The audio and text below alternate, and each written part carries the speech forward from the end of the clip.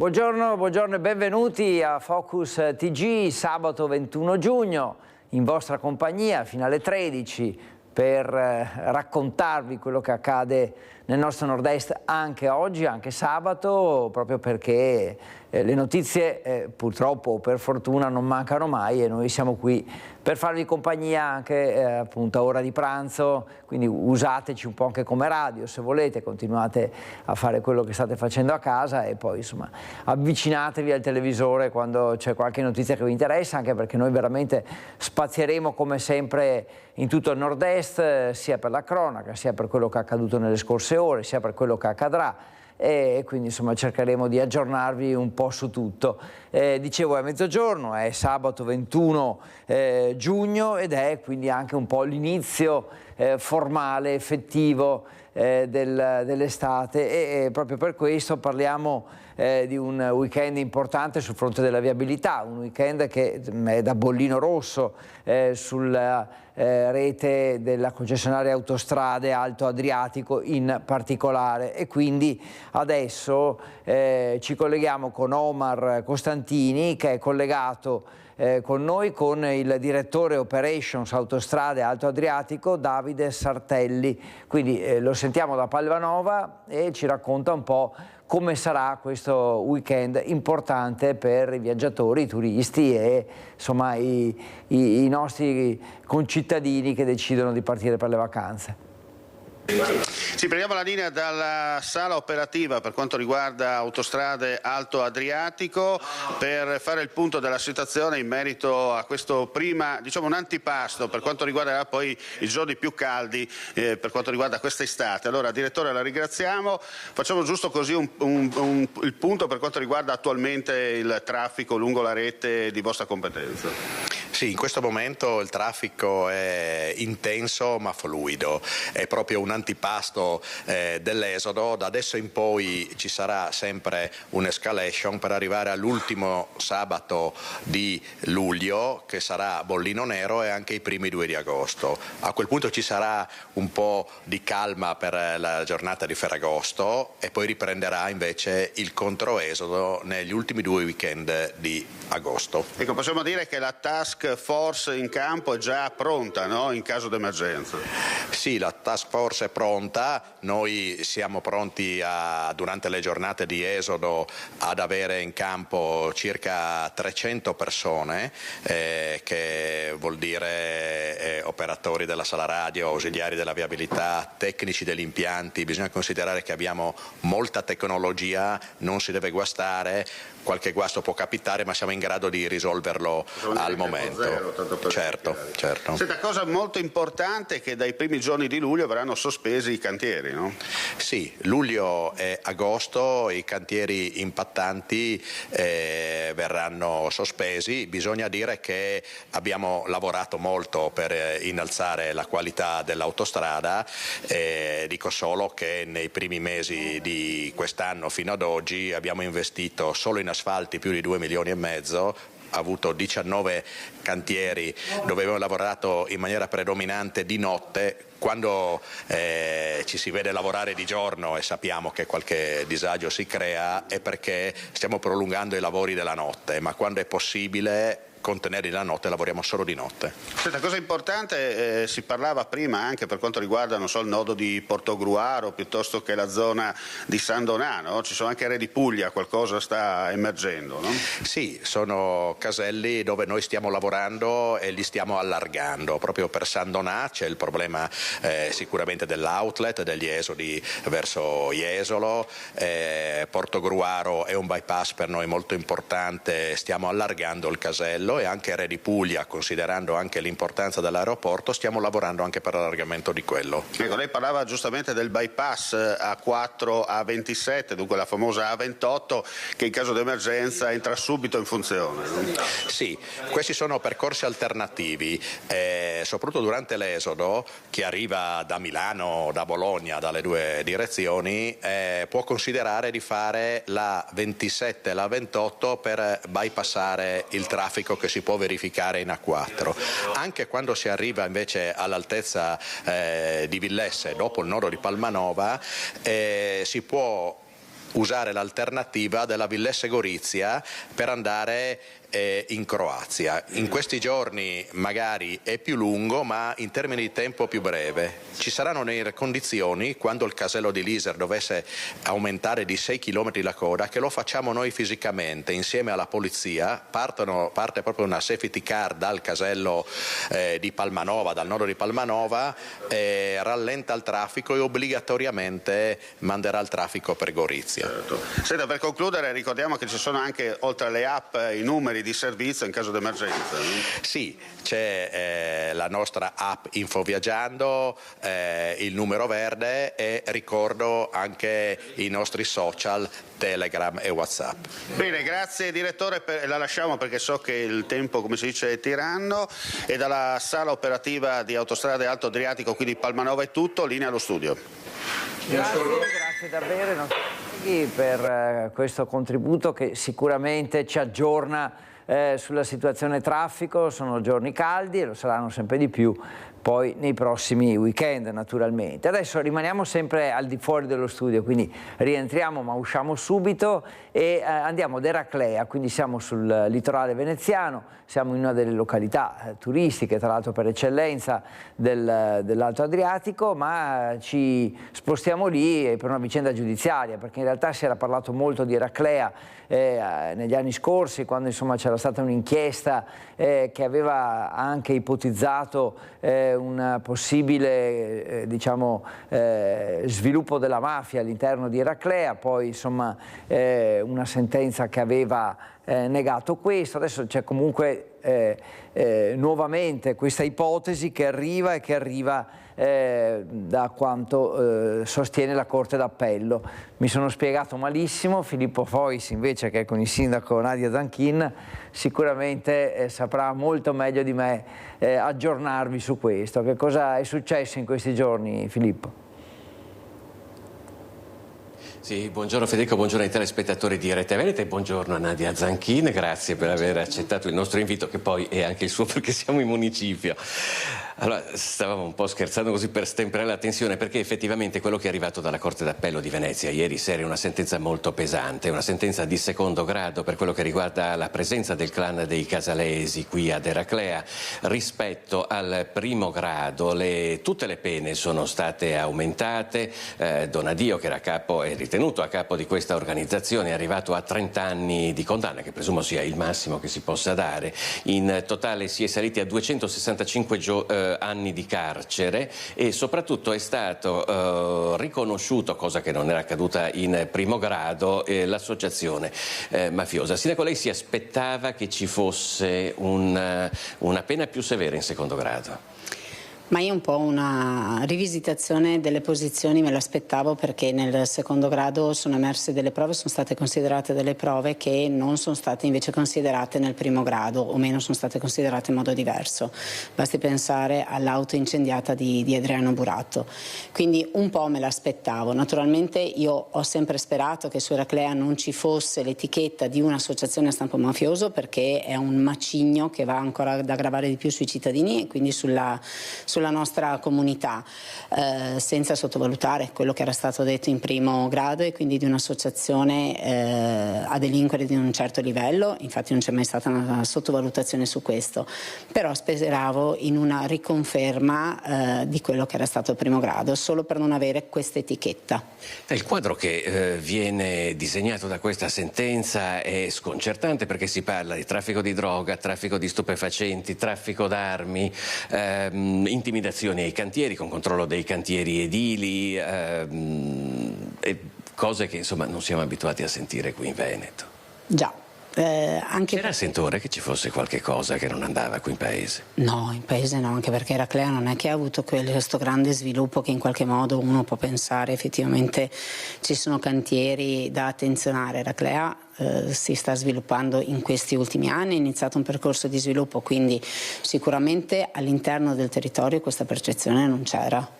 Naturalmente poi, come abbiamo visto nel corso del procedimento, ci sono persone che erano coinvolte, che sembrava che un po' fossero quasi da vittime passate quasi a carnefice. Leggendo gli atti del primo grado, naturalmente la sentenza uscirà e quindi andremo a leggere bene anche le motivazioni, però il sentore che ci fosse tutto questo sul territorio non c'è. E non è detto che ci sia solo sul territorio, perché ricordiamoci che gli imputati oggi condannati in secondo grado non sono tutti sul territorio di Eraclea, ma solo una piccolissima parte. Ci sono gli esponenti più in evidenza, diciamo così, sul territorio. Lei tiene molto a ribadire questo fatto, cioè che Eraclea è un'altra cosa, c'è un tessuto sociale ed economico vivo che però si è trovato a fare i conti con questa situazione, spiacevole in alcuni casi. Sì, io lo ribadisco e lo ribadirò sempre, i cittadini di Eraclea sono ben altra cosa, sono persone tranquille, persone oneste che lavorano. Ripeto ancora, non sottovalutiamo la presenza di queste realtà sul territorio, così come sia stata riconosciuta sia in primo grado e secondo grado con l'aggravante dell'associazione di stampo mafioso. Terremo ancora gli occhi più aperti, saremo ancora più stringenti, abbiamo sempre collaborato e segnalato qualsiasi cosa che sul territorio poteva creare in qualche modo sospetto, e invito tutti i cittadini a segnalare qualsiasi operazione o qualsiasi movimento strano lo vedano fare. Naturalmente non sui social, per quanto i social siano utili, ma alle forze dell'ordine, un po' per la delicatezza, un po' perché le forze dell'ordine, gli enti preposti ascoltano e poi di conseguenza loro prendono i provvedimenti opportuni. C'è un'ultima domanda, perché si parla spesso, ma non abbastanza, sostengono in molti, delle infiltrazioni di mafia, camorra e 'ndrangheta in Veneto. Alcuni sostengono anche tra i magistrati che non si tratti più di infiltrazioni ma di radicamento. Quello che è accaduto a Eraclea in effetti accade anche in altre località del Veneto. È successo con questa potenza proprio in questo comune. C'è una lezione che arriva da quello che è accaduto qui, di cui bisognerebbe prendere atto anche per il futuro nel resto della nostra regione? Ma secondo me sì, nel senso che intanto dovremmo capire e vedere da dove arrivano queste persone, soprattutto in tema degli appalti, che è il tema che interessa di più. Si è visto oggi, se si parla di mafia non si parla più della mafia di una volta con la lupara, ma di una mafia economica, quindi soprattutto con località come quelle del Veneto che sono sempre in via di sviluppo. La cosa non va sottovalutata. In tutto il Veneto, noi siamo qui, stiamo parlando di Eraclea, località balneare che tra le altre cose, come ho già detto prima, non ha avuto questa grande crescita economica, ma forse era una base proprio perché è insospettabile, no? Proprio perché non ha avuto nessuno sviluppo sino ad ora. Naturalmente se si parla di infiltrazione io credo che tutti quanti, a partire anche dalle scuole, vada fatta un'educazione diversa, e l'educazione è quella che ho cercato di dire poc'anzi: non sottovalutiamo nulla e segnaliamo tutto, anche già nelle scuole, perché comunque ritengo che i figli abbiano dei comportamenti diversi, quindi se partiamo dalle scuole allora forse riusciamo a sradicare questo meccanismo nel caso in cui effettivamente si sta insediando sul territorio. Si è tolto un peso da ieri? Ma in realtà no, non me lo sono tolta un peso, il peso ce l'ho ancora più grande, perché avere un'associazione stampo mafioso sul territorio, io ho sperato fino all'ultimo che questa etichetta non venisse attribuita. Il peso ce l'ho perché comunque Eraclea ha vissuto periodi difficili, non solo per questo procedimento, ma insomma tutte le vicende note anche di amministrazioni succedute. Quindi il peso c'è tutto, c'è la volontà di continuare un percorso che ho già iniziato 4 anni fa, che è quello di fare emergere quella che è Eraclea, di fare capire che Eraclea è una località balneare che merita la stessa dignità delle altre località e degli altri paesi. Grazie a Nadia Zanchin. Per ora direi che da Eraclea è tutto, restituiamo la linea allo studio. Grazie Filippo, grazie al sindaco naturalmente per questo aggiornamento che insomma ha chiarito bene cosa è successo da un punto di vista giudiziario in queste ultime ore a Eraclea.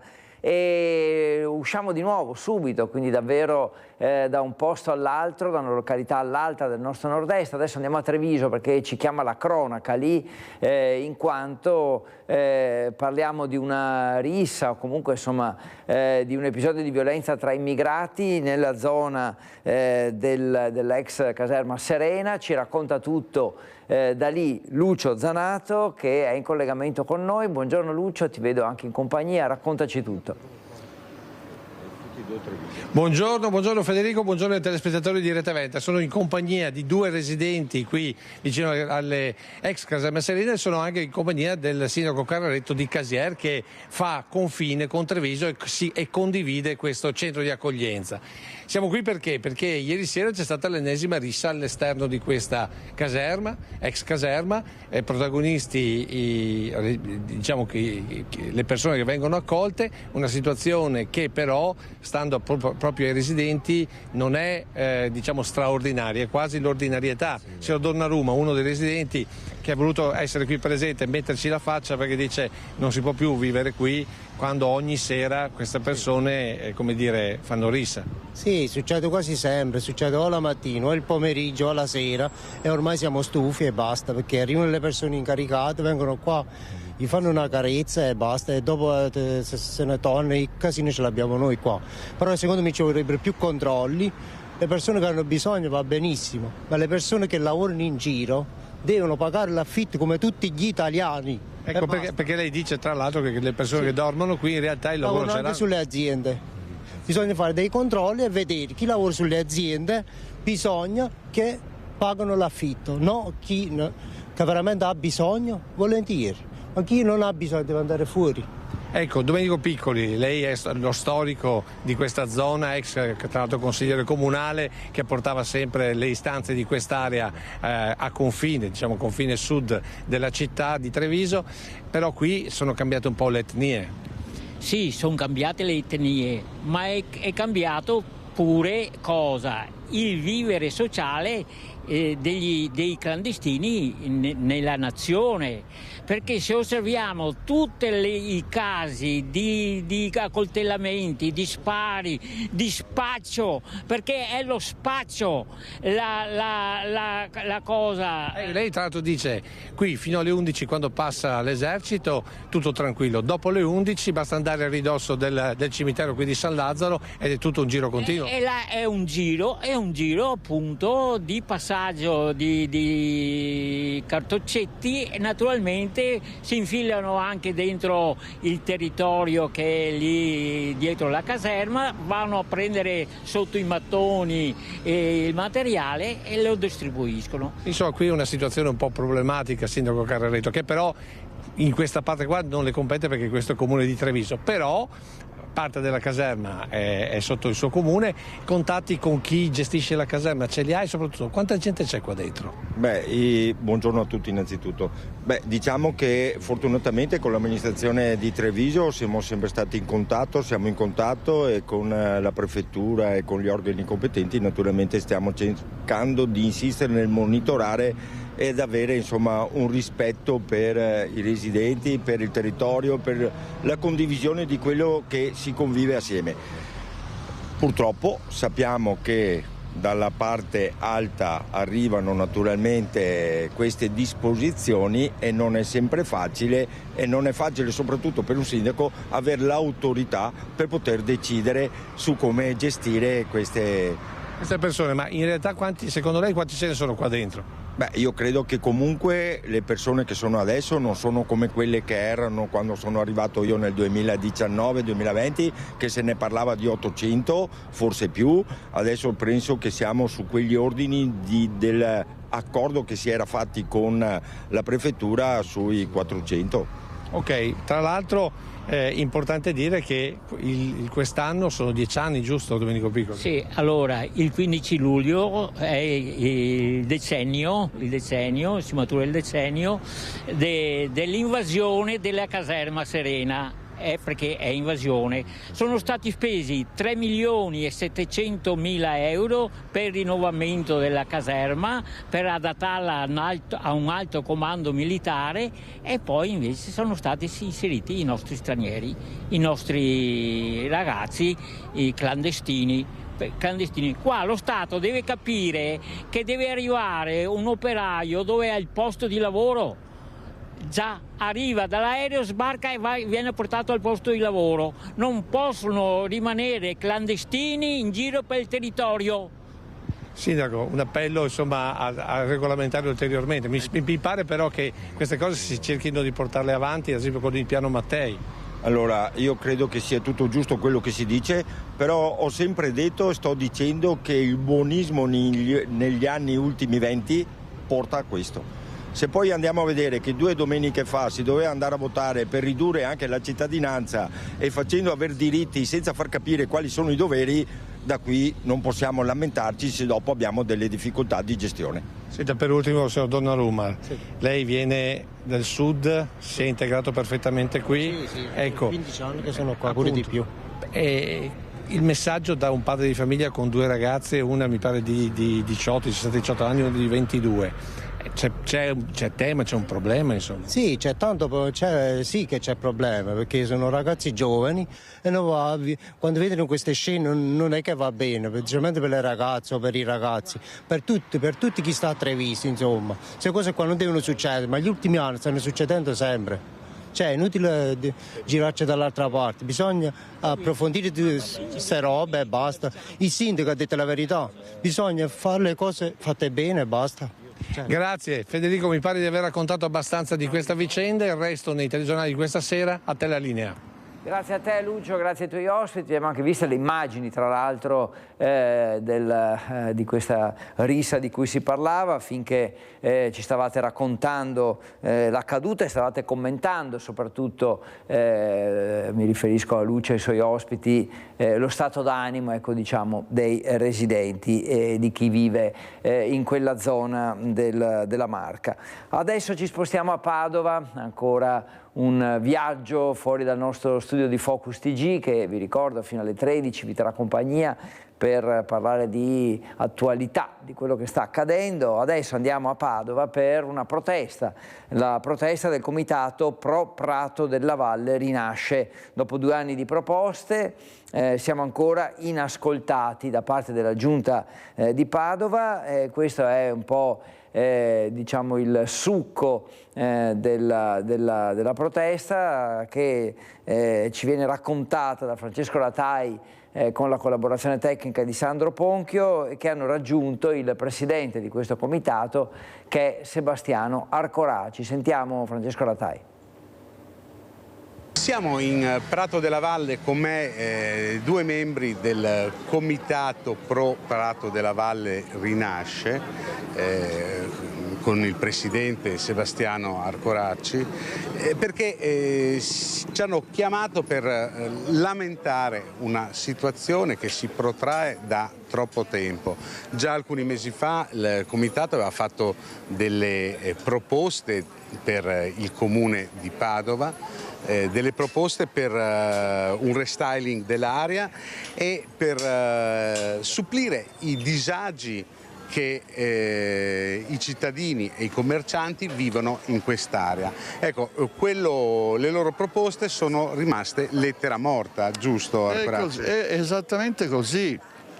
Eppure noi è da 2 anni che stiamo dietro all'amministrazione, che abbiamo avuto anche dei contatti, degli incontri, anche col sindaco Giordani, con l'assessore Colasio, col vice sindaco Michalizzi, e avevamo addirittura proposto un progetto di massima per il restyling e il rilancio di quest'area, che è un'area fra le più belle d'Europa e che però, tranne alcune manifestazioni e il mercato naturalmente settimanale, spesso è completamente deserto. Un'area come questa, che se l'avesse qualche altra città in Italia ne farebbe tesoro, e invece assistiamo a un manto che è pieno di buche ed è fonte di isola di calore, specialmente in estate. Se noi andiamo a misurare adesso ci saranno a livello del terreno 50 gradi.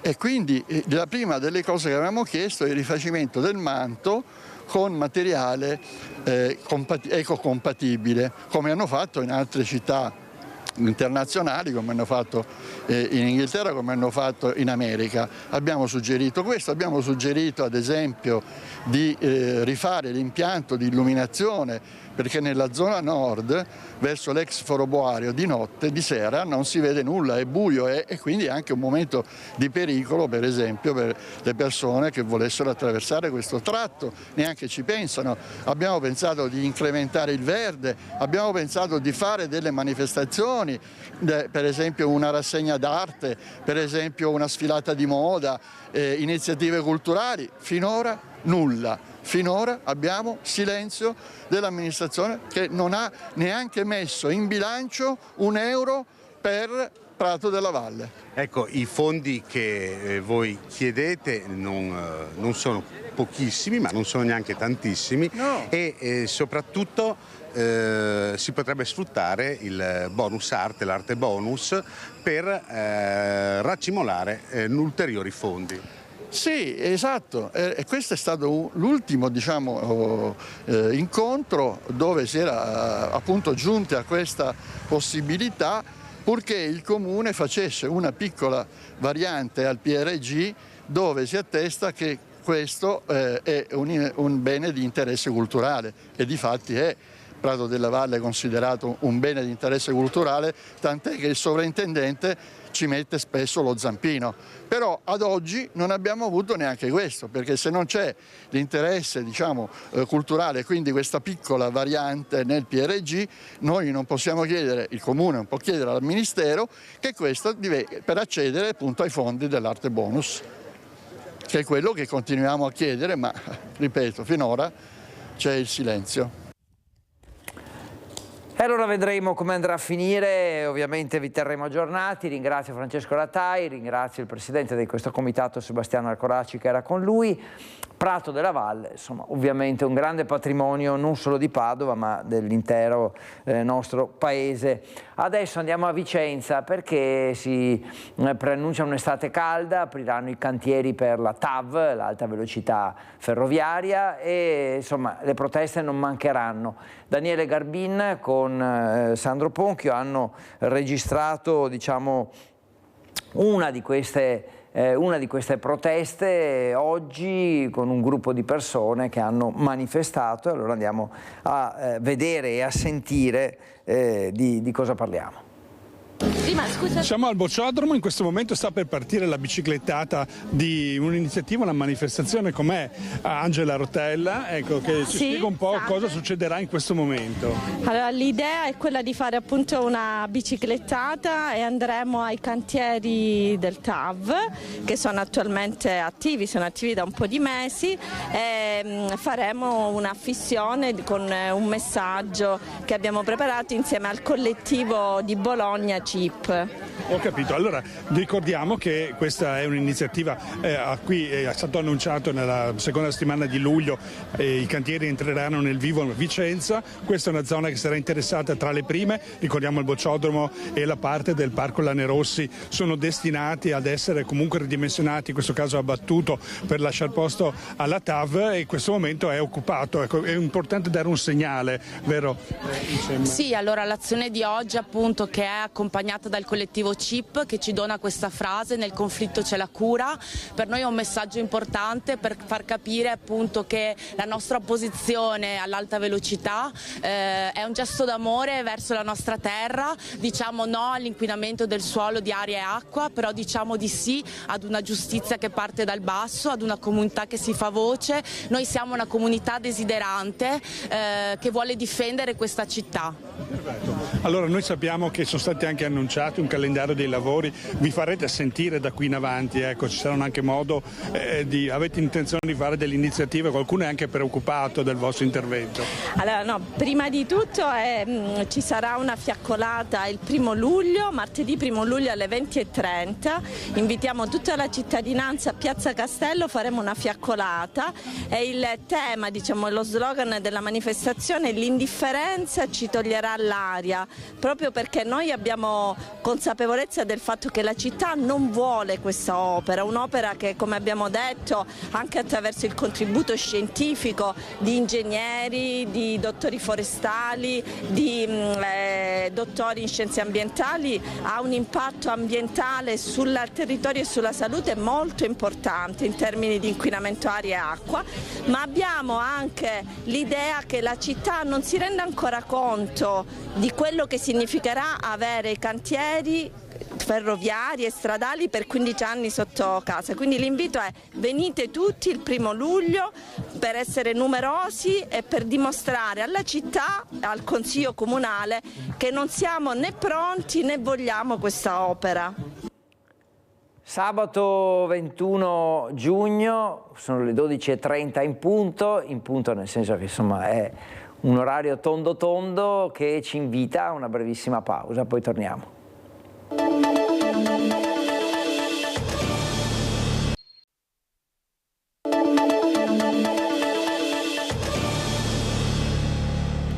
Eccoci tornati come promesso per parlare ora del centro storico di Bassano e del suo commercio, che stanno per affrontare un periodo di grandi cambiamenti tra cantieri annunciati dal Comune e nuove con le cosiddette ZTL, le zone a traffico limitato. I commercianti aspettano di capire quali possono essere le ricadute di questa situazione in un momento tra l'altro in cui il turismo in città è ai massimi storici. Allora sentiamo Mirko Cavallin che ci racconta un po' qual è la situazione.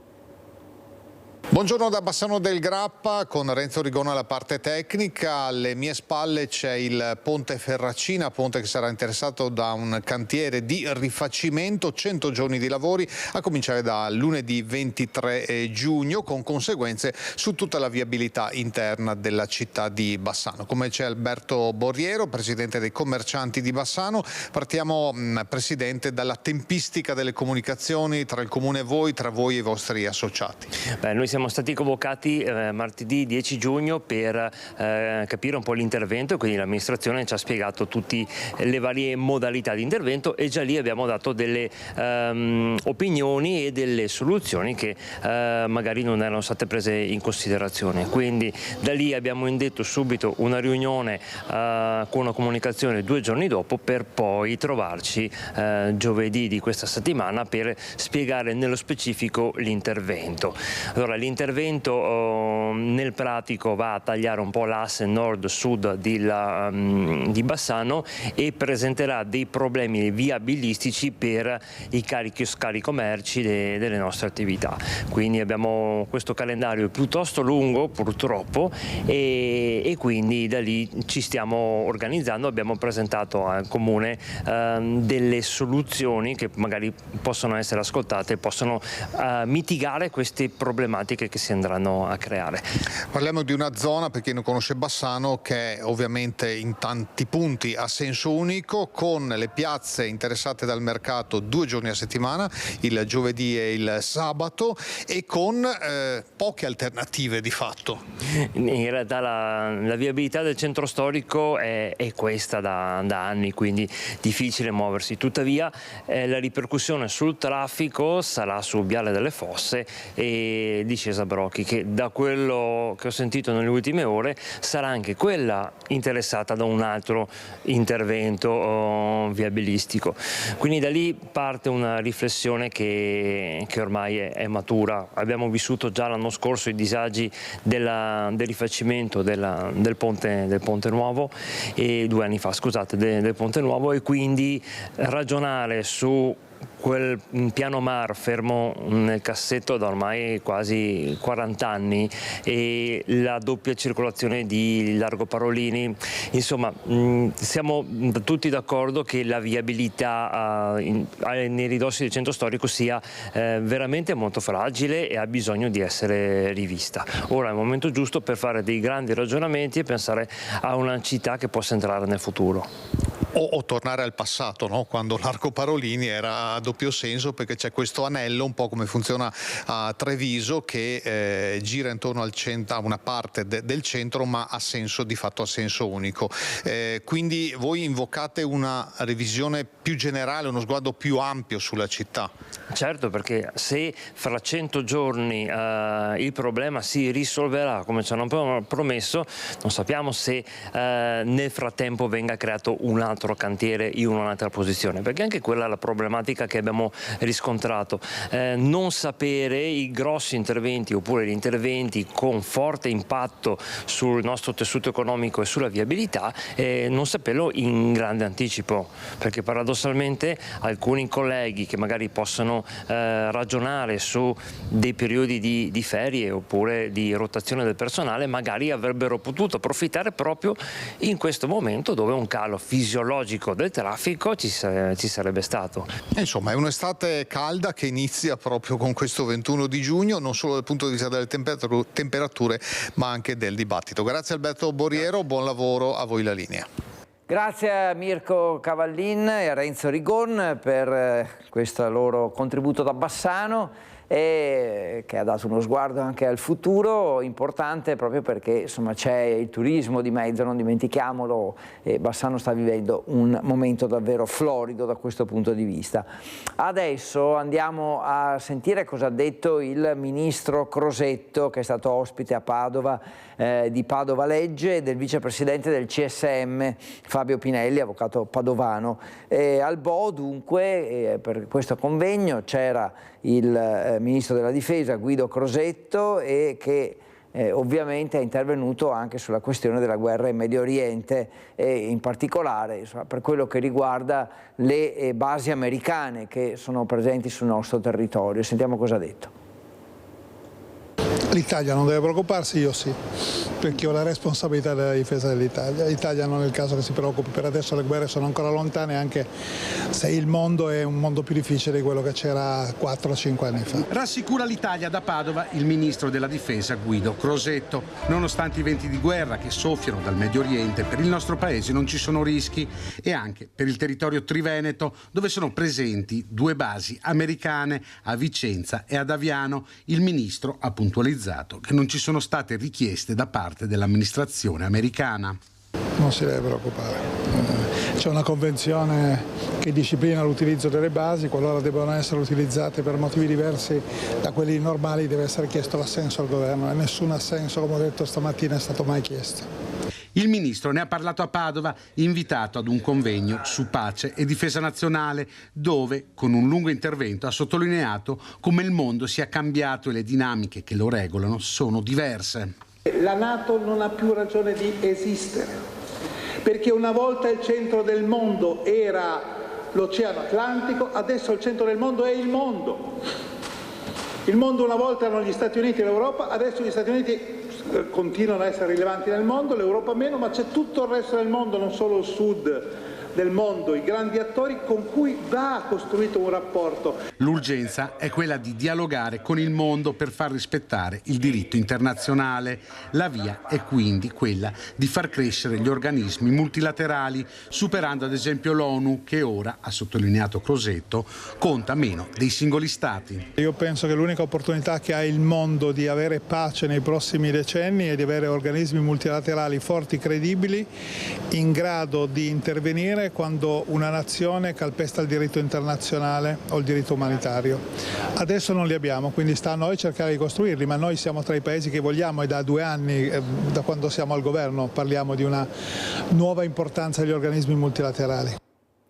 12:38, Focus TG fino alle 13, siamo usciti parecchio dallo studio con i nostri colleghi che si sono impegnati per raccontarci quello che accade nelle varie città del nostro nord-est. Siamo andati da Udine, anzi da Palmanova a Treviso, poi Vicenza, Padova. Adesso facciamo un po', siamo entrati un po' nella pagina politica con il ministro Crosetto, adesso facciamo un po' il punto della situazione sul terzo mandato dei governatori decisivi i prossimi giorni. Ancora in pochi credono che ci possa essere questo terzo mandato per i presidenti di regione, a partire dall'assessore regionale della Lega Roberto Marcato, che si lancia come candidato governatore e attacca Forza Italia, dice non si capisce da che parte stia. È caduto questa possibilità, mi dispiace molto, guardiamo avanti, decidiamo il candidato che sia un candidato o una candidata attrattiva che possa dare risposte ai veneti che meritano evidentemente di essere rappresentati al meglio. Lei si candiderebbe? Assolutamente sì. anche perché visti i nomi che girano non capisco per quale motivo uno con il mio curriculum e con la dedizione che ho sempre dimostrato in questi anni non potrebbe candidarsi, assolutamente sì. Punto primo, Bulldog Marcato il tema del terzo mandato lo dà già per chiuso e impacchettato ed è difficile dargli torto. Punto secondo, l'assessore regionale si rilancia come candidato a Palazzo Balbi. Se Zaia non sarà, perché non proprio un campione di preferenze come lui? I suoi colleghi come la prenderebbero? Ah, malissimo, perché io ogni volta che c'è questa possibilità so che c'è gente che non dorme di notte. Io invece dormo tranquillamente, quando sono a posto con la mia coscienza sono assolutamente sereno, anzi serenissimo. Chi dormirebbe male non è difficile individuarlo. C'è un segretario veneto, Alberto Stefani, con il quale i rapporti da tempo non sono idilliaci e che è in rampa di lancio come candidato non dovesse essere Zaia. Sempre che Fratelli d'Italia non ci metta lo zampino. I nodi verranno al pettine ormai a giorni. Il ministro Guido Crosetto, fedelissimo di Meloni, è al tavolo del Consiglio dei Ministri in queste ore, ma mette davanti i problemi più impellenti. Vede la voce venti di guerra. Mi occupo di difesa, mi basta quello e avanza. Mentre Zaia ostenta tranquillità. Non ho assolutamente paturnie o non perdo il sonno, quello che accadrà a Roma si vedrà, vedremo cosa accadrà e di conseguenza mi comporterò.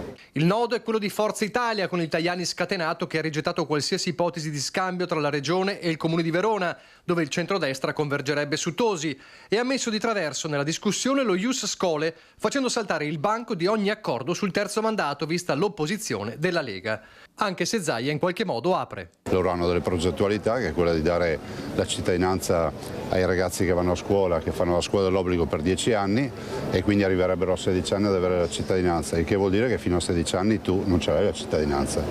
E dall'altro è anche vero che in questo paese con l'attuale legge a 18 anni hai la cittadinanza, quindi alla fine avremo un vantaggio di 2 anni. Marcato sugli azzurri è invece lapidario come sempre. Io credo che siano un po' come un partito in cerca di autore, forse devono capire anche da quale parte collocarsi, se a destra, se a sinistra, se al centro, non lo so.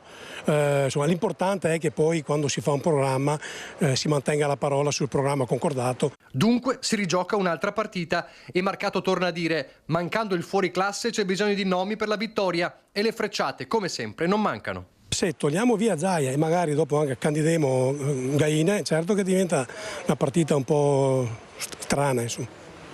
Questa è la situazione in Veneto, adesso però vediamo anche in Friuli Venezia Giulia come sta evolvendo. La mozione è pronta, ora vedrò la maggioranza, dunque si andrà al voto in Consiglio regionale. Così il presidente del Friuli Venezia Giulia, Massimiliano Fedriga, sulla mozione programmatica che andrà in aula con la questione di fiducia, una sorta di programma di fine mandato per compattare il centrodestra e per verificare la crisi che si era aperta alcune settimane fa. Quindi punto della situazione anche per la politica del Friuli Venezia Giulia. La mozione della prossima settimana se ne discute ormai, è pronta. Sì, è quasi pronta, anzi è scritta, incontrerò ovviamente le forze politiche di maggioranza e dopo la voteremo. Vedrà finalmente la luce, presumibilmente già la settimana prossima, la mozione programmatica di fine mandato che ha lo scopo di ricompattare il centrodestra dopo la crisi di maggioranza innescata solo alcune settimane fa dal ministro Luca Ciriani di Fratelli d'Italia. C'è una discussione di maggioranza che verrà fatta, quindi a seguito di quella ci sarà l'ufficialità del testo stesso. Dopo il passaggio con le segreterie dei partiti di centrodestra, il documento andrà al voto in Consiglio regionale con il Presidente che porrà la questione di fiducia sul provvedimento. Quanto al terzo mandato, dopo le recenti chiusure del leader di Forza Italia Tajani e i meloniani sempre meno propensi, la partita è chiusa? Non faccio parte di chi discute a livello nazionale della cosa, mi auguro che ci sia sempre accesa una fiammella per una discussione che semplicemente comporta la possibilità ai cittadini di scegliere. A me sembra stranissimo questo dibattito, perché semplicemente non può essere un dibattito ideologico. Deve essere un dibattito semplicemente se uno crede che i cittadini possano scegliere o no, o se il cittadino deve essere impedito di scegliere, e se è impedito di scegliere vuol dire che non ritiene i cittadini in grado di fare la scelta giusta. Non è un concetto democraticissimo, diciamo. Dunque la bagarre sulla revoca delle deleghe a Vittorio Torbianelli, segretario generale facente funzioni del Porto di Trieste, che ha scatenato una ridda di polemiche del centrosinistra per quello che viene definito un gioco di spartizione di poltrone della maggioranza del governo. Penso che il commissario Guerrieri sia un'ottima scelta. Penso che lavorerà bene in continuità con un porto che ha funzionato e continuerà a farlo, dopodiché non entro nelle altre scelte perché non sono di mia competenza. Infine un commento sul ruolo dei CPR, puntualmente al centro delle polemiche per le rivolte che scoppiano anche in quello di Gradisca. CPR devono essere aperti per me. I centri sono dei centri dove vengono collocati delle persone, in molti casi che hanno dei precedenti, che è pericoloso girino liberamente sul territorio nazionale, che devono essere rimpatriati. Chi vuole chiuderlo semplicemente vuole una deregulation a favore di persone che hanno commesso degli atti delinquenziali. Grazie a Umberto Bosazzi per questo servizio riepilogativo della situazione politica in Friuli Venezia Giulia. Adesso andiamo a Treviso, usciamo di nuovo dallo studio e ci colleghiamo con Elena Dal Forno, che è insieme a Francesca Pezzo per raccontarci di un'iniziativa che riguarda le persone un po' più sfortunate di noi. A te Elena, dove sei? Sì, buongiorno Federico, noi siamo qui in via dei Dall'Oro a Treviso, dove con la titolare Maria Rossetto dell'Osteria All'Oro parliamo di un pranzo solidale che la signora ha inventato 3 anni fa durante il periodo del Covid. Certo, ed è una cosa che mi piace tantissimo, gli do da mangiare a quelli meno fortunati e questo mi fa molto piacere. E sono felice di dare da mangiare un pasto a quelli che magari non ce la fanno ogni giorno a mangiare. Ecco signora, ci diceva prima anche la bellezza di vedere queste persone per una volta sedute e servite.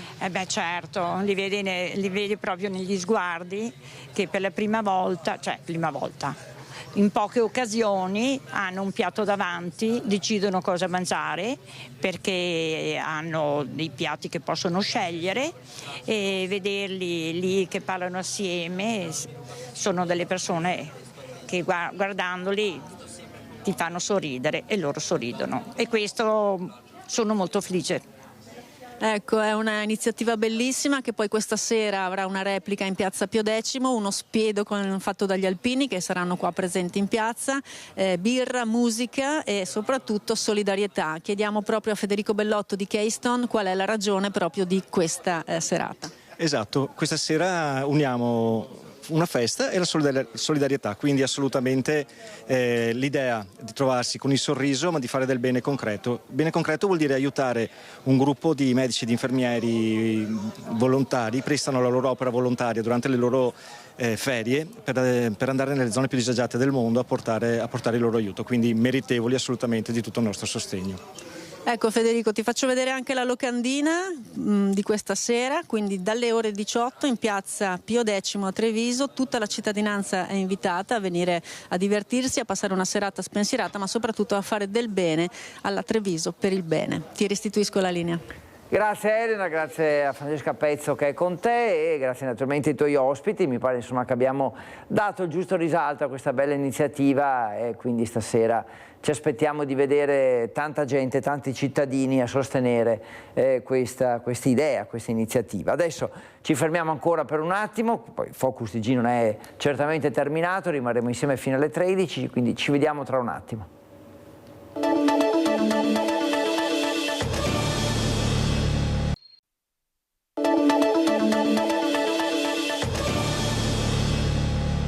Eccoci tornati con Focus TG per parlare adesso nuovamente della frana che domenica notte ha invaso l'abitato di Cancia, una frazione di Borca di Cadore.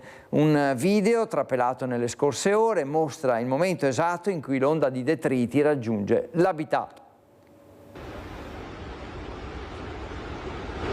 Eccola la frana che domenica notte ha travolto l'abitato di Cancia di Borca di Cadore. In queste immagini impressionanti pubblicate su Facebook da Nives Milani si vede il momento esatto in cui la furia dell'onda detritica si abbatte sulla frazione cadorina ai piedi dell'Antelao, isolando le case e ricoprendo strade e cortili di massi e fango. Siamo stati invasi da 70.000 metri cubi. I vigili del fuoco ci hanno aperto le porte perché eravamo tutti chiusi in casa da questi questi macigni. Una manciata di secondi, tanto è bastato alla forza devastatrice della montagna per cambiare il volto del paese, ed è un mezzo miracolo che nessuna persona sia rimasta coinvolta. Ad oggi sono 7 le famiglie evacuate dalle loro case, almeno finché non sarà completato lo svuotamento delle vasche a monte dell'abitato. Intanto si continua a ragionare ad una soluzione definitiva, nella certezza che quell'imbuto detritico da secoli responsabile di frane e colate talvolta mortali non cesserà di incombere sull'abitato di Cancia. Una serie di azioni da attuare subito a brevissimo termine, come lo svuotamento delle vasche di accumulo, della cosiddetta piazza di deposito, della manutenzione della briglia, cioè il ripristino della briglia. Poi queste opere di contenimento del detrito dovranno essere ampliate, dovranno essere previste anche delle nuove. Deve essere ripristinato il sistema di allertamento e reso completamente automatico, ma questo bisogna stare attenti, perché un sistema di allerta con tempi di preavviso così brevi può anche causare l'effetto opposto, cioè causare panico fra la popolazione e effetti irrazionali di reazione. 12:51, adesso andiamo lungo la strada regionale 11, ai confini tra Rubano e Mestrino, siamo in provincia di Padova, attimi di paura per un albero che è caduto, cioè poi è finito su 3 auto che stavano arrivando in quel momento, danni ingenti ai veicoli, illesi o quasi illesi per fortuna gli automobilisti. Solo la prontezza di riflessi degli automobilisti ha permesso di evitare una tragedia lungo la strada regionale 11. Erano le 10 quando un albero è crollato sulla carreggiata ai confini tra i comuni di Rubano e Mestrino. Danni ingenti per i veicoli, ma nessuno si è fatto male, e questo è quasi un miracolo. Al chilometro 3,75 hanno lavorato i vigili del fuoco con gli agenti della polizia locale per regolare il traffico, sempre molto intenso, e gli addetti di Veneto Strade. Tra i primi sul posto la sindaca di Rubano, Chiara Buson. Avevamo da poco fatto una perizia su tutti gli alberi e temevo che o fosse sfuggito qualcosa o insomma qualcosa di non previsto. L'albero caduto appartiene a una proprietà privata, non appartiene quindi ai fusti recentemente controllati da un agronomo per verificarne la stabilità. La sindaca ribadisce l'importanza di queste operazioni e invita i cittadini a riflettere. Quando gli alberi sono malati o completamente marci, come in questo caso, non è prevedibile la caduta. Se ci fosse stato un motorino o una bicicletta che percorreva quel tratto di strada, oggi staremmo piangendo qualcuno, e invece per fortuna, per tramite delle assicurazioni, dopo un po' di rotture di scatole, tutto si risolverà e sarà solo un ricordo. Quindi sì, tagliare gli alberi non è mai bello, però quando gli alberi hanno finito la loro vita, oppure sono malati, oppure sono a rischio sradicamento, diventano non più una risorsa ma un grave pericolo. Dell'incredibile la notizia che arriva da Marostica, quindi siamo nel Bassanese, dove un'enorme voragine si è aperta in mezzo alla strada nella frazione collinare di San Luca. La voragine porta dritta nelle gallerie scavate nella Seconda Guerra Mondiale come opera difensiva del territorio. La voragine di San Luca nasconde un segreto. Un segreto scavato nel cuore della collina che riporta la lancetta della storia indietro di 80 anni, a quando l'occupante tedesco aveva dato vita a una serie di trincee, bunker e gallerie per difendersi nei convulsi ultimi mesi della Seconda Guerra Mondiale. Già, perché nel buio della voragine comparsa sulla strada si intravede proprio una galleria. Un mistero che torna dal passato e che costringerà il comune a nuove approfondite verifiche. Nella parte più bassa, però quella visibile a occhio nudo, si vede che la galleria, per quella che sembra una galleria, ha delle dimensioni diciamo importanti, quindi probabilmente è un prolungamento di tutta quella linea di difesa che abbiamo su tutto il fronte collinare di San Luca, da Marostica fino a San Luca, della Prima e Seconda Guerra Mondiale. Quando è stata scoperta la voragine a 2 passi dalla chiesa di San Luca, alcuni anziani residenti hanno ricordato che proprio in quella zona c'erano delle gallerie che penetravano nel cuore della montagna. Secondo qualcuno, addirittura una di queste gallerie sbucava letteralmente sotto la chiesa sulla cima della collina. Nell'area di San Luca, dove c'è appunto la chiesa e quel crinale dove si è aperta la voragine, anche a detta degli speleologi ma anche di qualche locale, appunto sembra che ci fossero più gallerie costruite dalla TOD, quindi siamo in periodo seconda guerra mondiale, come linea di difesa. E così il comune di Marostica si trova a dover fronteggiare, assieme all'immenso problema delle frane e degli smottamenti, anche quello delle gallerie e degli scavi delle due guerre che tornano a presentare il conto dopo decenni. Speriamo che la situazione si stabilizzi perché, ripeto, l'ufficio tecnico non riesce più a dare riscontro a tutte le richieste che abbiamo sul territorio. Adesso andiamo nell'Alta Padovana perché viene da lì Massimo Zen che uccise il bandito in fuga dopo l'assalto al bancomat. Inviata al presidente Mattarella la richiesta di grazia per lui, a presentarla è stata la Lega. Una lettera con la richiesta di grazia per Massimo Zen, la guardia giurata di Cittadella, che nel 2017 sparò ed uccise Manuel Maior, il giostraio in fuga dopo un assalto a un bancomat a Vedelago. Allegato una petizione di oltre 1500 firme. Tutto è stato già inviato in posta certificata al Presidente della Repubblica Sergio Mattarella. L'iniziativa è partita dal consigliere regionale della Lega, Giulio Centenaro. La petizione con le firme continuerà e nel frattempo spero vivamente che il Presidente della Repubblica accolga positivamente la richiesta di grazia per il servitore onesto dello Stato, che a mio parere non dovrebbe stare in carcere, ma gli dovrebbe essere data una medaglia al merito. Centenario si è recato in carcere per incontrare Zen, condannato a 9 anni e 6 mesi di reclusione. Sono andato a visitare verso il carcere veronese di Montoro lo stesso Massimo Zen, che ho trovato veramente combattivo e molto motivato.